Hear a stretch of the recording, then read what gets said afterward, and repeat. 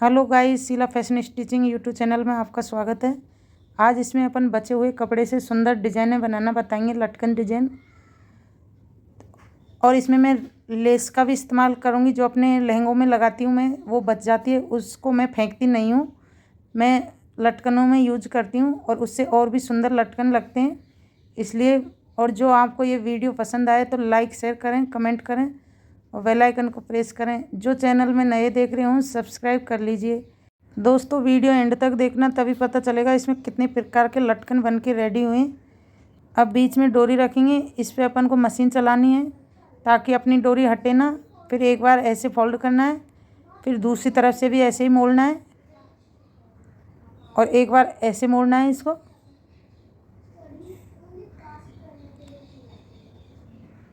अब अपन इस पर सिलाई चलाएंगे।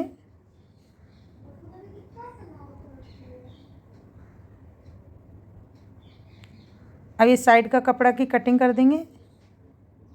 अब अपन इसको सीधा करेंगे और ये अपनी बहुत सुंदर डिजाइन बन के रेडी हुई है। तो ऐसे बचे हुए कपड़े फेंकने नहीं चाहिए, इससे अपन सुंदर सुंदर लटकन डिजाइन बना सकते हैं। वीडियो को ज़्यादा से ज़्यादा लाइक शेयर करना और चैनल को सब्सक्राइब करना।